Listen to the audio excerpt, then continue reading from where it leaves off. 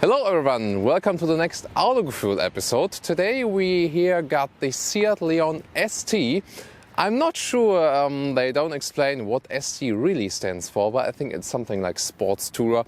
Well, it is an estate. The estate version's been here like 1 year now on the market, and it is very promising, I must say. The Seat Leon is the car for Seat in all over Europe. Also the most selling one in Germany, and now the estate version, the Tourer, is almost the strongest so far. And I think that this development will continue. This version will become the strongest car for Seat altogether because it has a lot of advantages we are going to talk about today.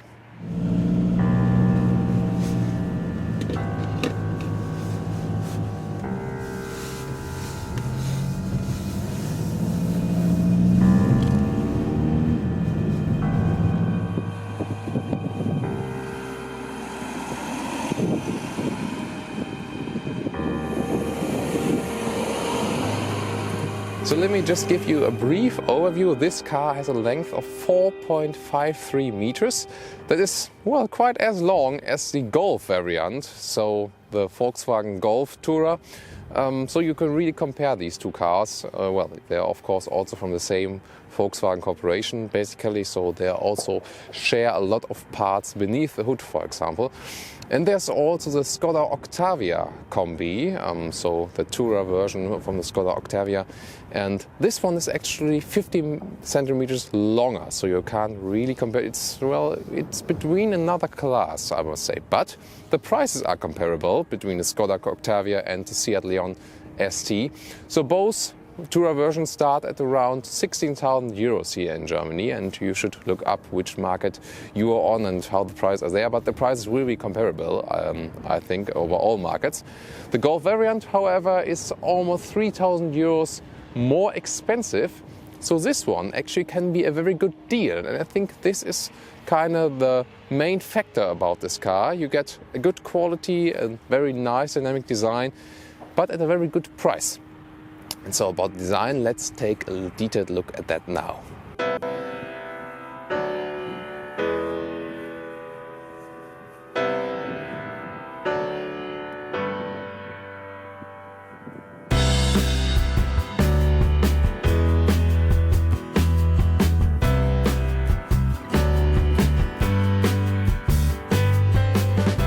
So about the design, this estate, the Seat Leon ST, is one of the most dynamic cars on the market, I think. In this, well, everyone wants to be dynamic. Everyone says, oh, we got the most dynamic car. But I think in this car, in this case, it's really true, because the headlights got this shapes here, which makes it quite dynamic. We got the FR version here now. That's the top trim level, and that makes it a little bit more beautiful even. And we also got the second light unit at the lower end, and of course nice alloys. Well, it's not very clean now because we're in the middle of winter, and you know, all the car washes, they have been closed today, so we couldn't do that. But I think it's also important to look at the car when it's not completely clean, to see does it still look beautiful, because some cars only look very beautiful when they're totally clean. I think this one is still very good in this case. I also love the blue color. What do you think about this blue color? One of my favorites, I must say.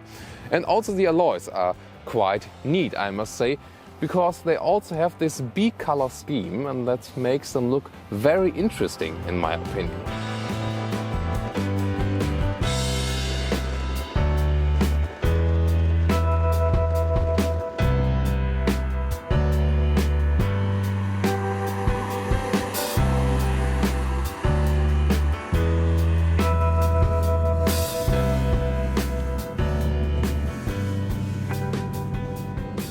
Besides these nice 18-inch alloys, we've got two design lines here, one starting here and being faded out at the rear doors, and the second one starts here. Usually it's more beautiful when you've got one straight design line, but in this case I think it works because it makes the car a little bit more spectacular. And then to have a very good look, we also got a falling roofline, but just a little bit. So it looks a little bit more dynamic than it would go straight, but you've still got enough space in the trunk. We're going to take a look at that right now as well. But then again, this second design line is carried on till the rear lights, and they look a little bit three-dimensional. You see, they come a little bit out of the car, and that makes also this very beautiful rear line. And I think we got a little bit dynamic here, but just not too much. So it's still, well, rather conservative. So a good mix in my opinion. And if you look straight at the rear end here, I think this car will also work in 5 or 10 years. So you got a car that looks modern right now and will still be modern in a lot of years. And I think that is some good things the designer did there. Or what is your opinion on that?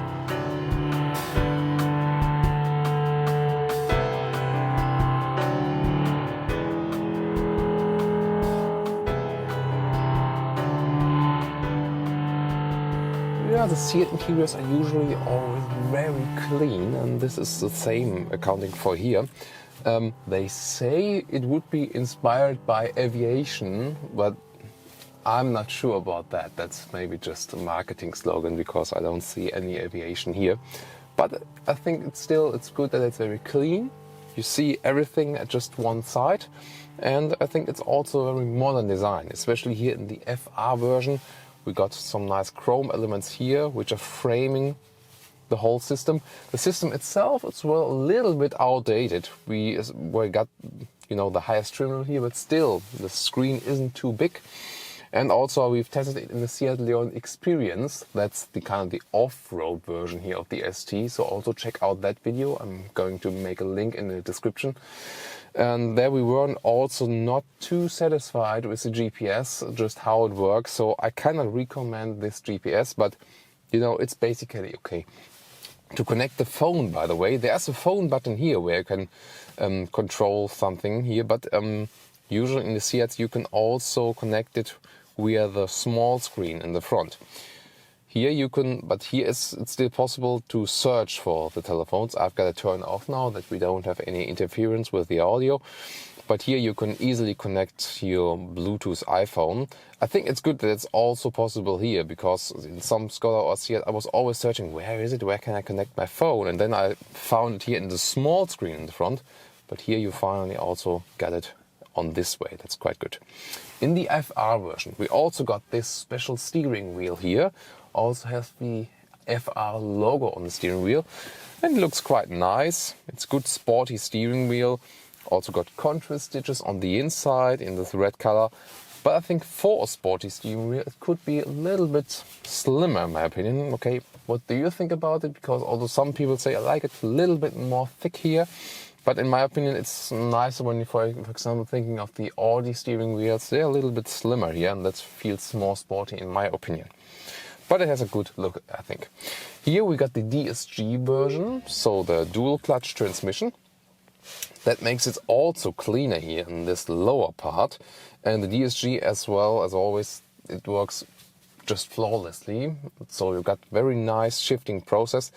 But, you know, we had some discussions lately about the durability, especially in markets with a lot of traffic, where you have a lot of stop and go. There it is said that a normal automatic gearbox would be more durable. So, these are the first main factors about the interior. And the engine, well, it has a cover. We can take a small look at it. It's here, this is the 2-liter diesel, 2-liter TDI with 184 horsepower. That's also the top diesel, and this top diesel is only available in this top FR version. That's the connection, because I think, okay, when you take the top engine and spend a lot of money, you probably won't take a lower trim level. So this car here, as it stands here right now, top FR version with this big diesel, is about 30,000 euros. That's almost double the price than the entry price. But still, I think it's a very good deal, this car, because others are way more expensive, even from the Volkswagen Corporation itself. But you get everything you kind of need. The seats, by the way, are very comfortable. I also love the combination of Alcantara on the inside and leather on the outside. As far as I know, it is artificial leather here for the outside of the seats, and also for the inside of the doors. And I think that's very good, because, you know, you don't need to kill any animal for that, and still got a very nice look. And I mean, if they're genuine or artificial leather on the outside, you know, who would really know it, because the artificial leather products today are so well done and also more durable than the natural products. So this is a very good choice here. And one very nice little feature I really love is the ambient lighting. You got it here in the FR version, there it is serial, and also of course in the Cupra versions of the Seat Leon, there you also get it. You see it on the left and on the right side. I can show you in detail. This is a very nice red light you see, and just brings some more emotion to your everyday driving. So one short look at the engine. By the way, the standard Autogefühl test. We don't have hydraulic dampers here. That's always bad, you know. We have to hold it here with a stick. Not so nice, but you know, I hope you don't have to access the engine that often. So this is the 2-liter TDI, you know, nothing spectacular, just optically 184 horsepower, and we're going to test it right now, how it behaves while driving. And of course, last check before we start driving, sitting here in the back. As for my knees, they directly fit at the back seat, so when the seat is in the position I'm driving, so that's quite okay. I'm 1.86 meters, but then about the height, you know, I still fit in here, but my hairs are touching the ceiling. That is one reason, because we have the very beautiful panoramic roof here, 1,000 euros extra. I would pick that one in general because it brings so much light. And you can also open it half the way, so almost some convertible feeling. Very nice for summertime. But then when you got tall adults in the back and drive with them a lot of times, I would not pick the panoramic roof because, you know, they don't make the roofline higher. The panoramic roof just comes below that and so limits the head space here. So if you're usually driving with your kids, that's perfectly fine. And also backseat passengers, they can really enjoy the look through the panoramic roof. But if you want to carry around adults very often, that's maybe not the most clever choice here. But in general, it's quite okay, not for long trips really, for tall people. So when you're below 180, that's perfectly fine. Above that, it starts to get a little bit problems. And then the trunk, opening here like in the Volkswagen Golf. There you see it. Because we have the design line that is dropping a little bit, we have a little bit loss of space, but not too much. Then we got a very good cover, which is quite easily. We know that from the Passat, for example, from new Volkswagen Passat. So just press it and it rolls back. It's a very clean solution as well. And you can also flip the seats just with these here. That's quite easy. You see, that's a very good solution. Don't have any hassle with flipping the seats. So you see, you got a very square space here. So I think that is one advantage of the variants, so of the ST version, which makes it also that popular, especially also now for customers from companies.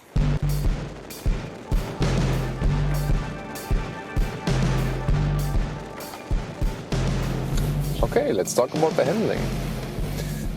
I already said I would have liked the steering wheel a little bit thinner, but still it's very good to control. So nothing about that. Some of you might think about, okay, is the ST version less sporty than the SC version? The 3-door version, which is also the shortest and most compact one.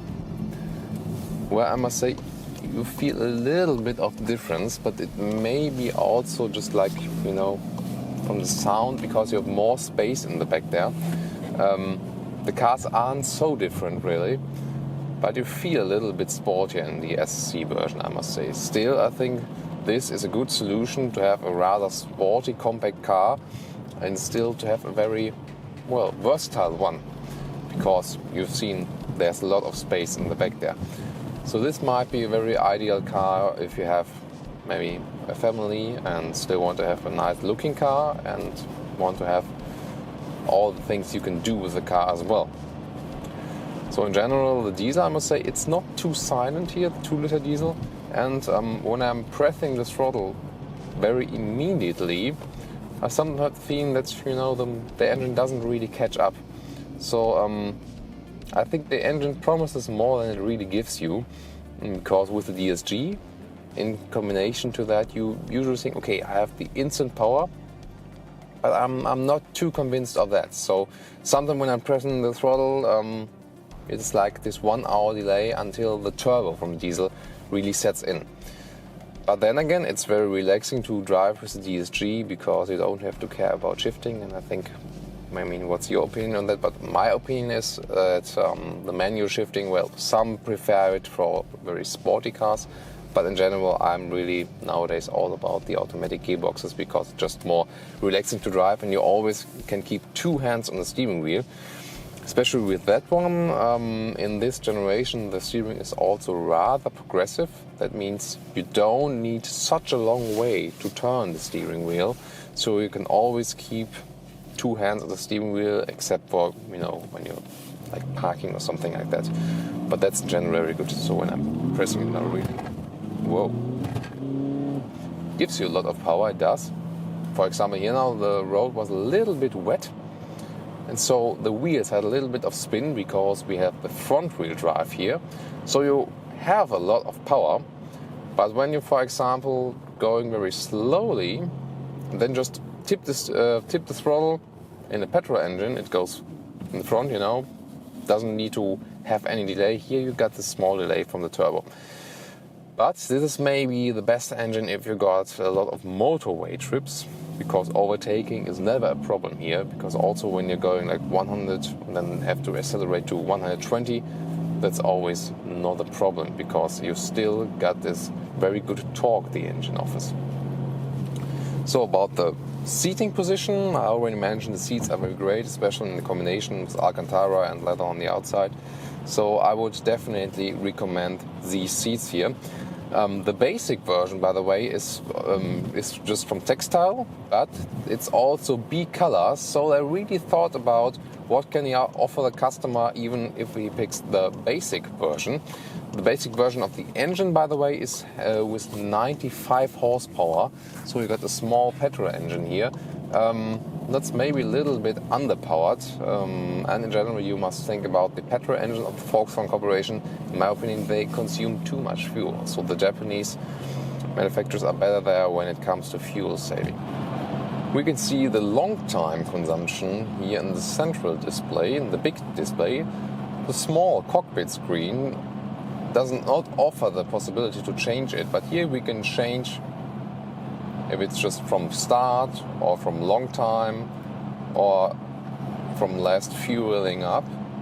And here in the long time consumption, it says it's just right above 6 liters, 6.5 liters. And I think for a 2-liter TDI, that's very nice, good consumption. Some more remarkable factors, positive as negatives.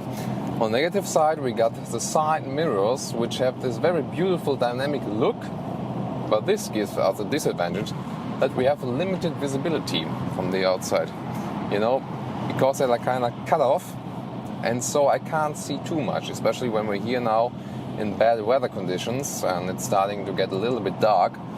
There's really limited visibility in these ones. The basic center mirror, however, is very good because we can see everything in the end. Also, the visibility to the back is perfectly fine, so there's no problem there. Then again, about the whole quality of the interior and about the buttons. For example, also when I control the ACC, the automatic cruise control, this is all perfectly done, as we know from all the Volkswagen Corporation cars. Everything feels smooth and high class, no matter which knobs we turn. Also when we control the temperature, it's a nice mixture here of analog and digital instruments. And everything very clean again. Also here, for example, for the seat heating in 3 levels. So I think this is, as always, top standard in the industry. And as well, this same accounts for suspension. The car is running very smooth. You still got this sporty approach when you want it, but in general it's very smooth, but without being too shaky. For example, we lately had the Honda Accord Tourer here. That's a class above that, middle class, but there you always feel that the Japanese cars tend to be a little bit more smooth, also for the American market, that you more have like more comfort on very long rides, but you have less sporty approach. And here with the European cars, you always got a little bit more sportiness also when you're turning fast in corners in the city. So I think you got the overview now what to expect from this car. I can generally recommend it because you have a very good deal for a modern looking car. Nice features here as well, and especially when you got the higher trim level. But still you got a very attractive price, and I think maybe also the best estate, or best looking estate inside the Volkswagen Corporation at that time. So what do you think about the car? And about our review, also about the details, for example the ambient lights. I want to hear your comments as well, and your feedback is that is driving us always further and keeps us on doing this. So thank you very much, my dear friends, and I hope to see you also at the next Autogefühl episode.